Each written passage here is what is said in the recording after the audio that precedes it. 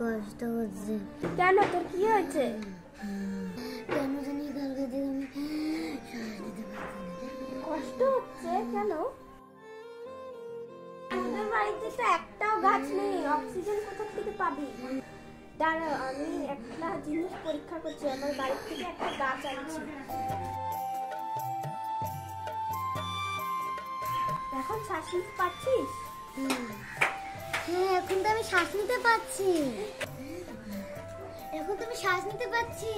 তুই আমাকে বাঁচিয়ে দিলি রে। মনে যে শান্তি হচ্ছে না আমার, বলার ক্ষমতা নেই আমার। প্রত্যেকের বাড়িতে গাছ লাগানো খুবই দরকার। গাছ আমাদের অক্সিজেন দিয়ে জীবন বাঁচায়। হ্যাঁ বন্ধুরা, তোমরাও কিন্তু বাড়িতে একটা না একটা গাছ লাগাবে, নাহলে আমার মতো অবস্থা হবে।